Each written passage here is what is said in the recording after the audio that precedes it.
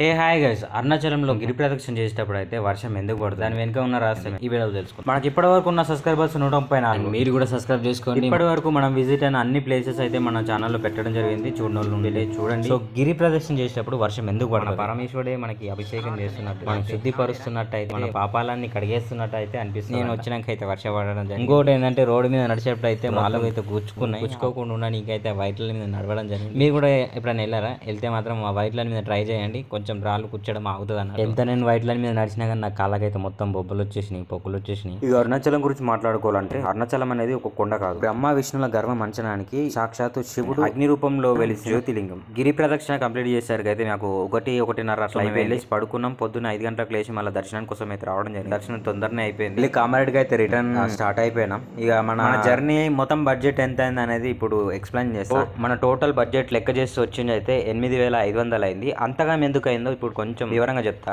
తిరుపతి వెళ్ళని రిటైర్ అయ్యి ట్రైన్ అయితే 1250, వచ్చేటప్పుడు ఉడక సేమ్ 1250, వచ్చేటప్పుడు అయితే రాయలసీమకి వచ్చినాం, పోయేటప్పుడు అయితే కృష్ణాకి వెళ్ళి. వీడియో బాగా లెంత్ అయిపోతుంది, సో నెక్స్ట్ వీడియోలో పెట్టడానికి ట్రై చేస్తా. అది కూడా మీరు కామెంట్ చేస్తేనే. Thank you, love you all. Subscribe చేసుకోవడం మాత్రం మర్చిపోకండి.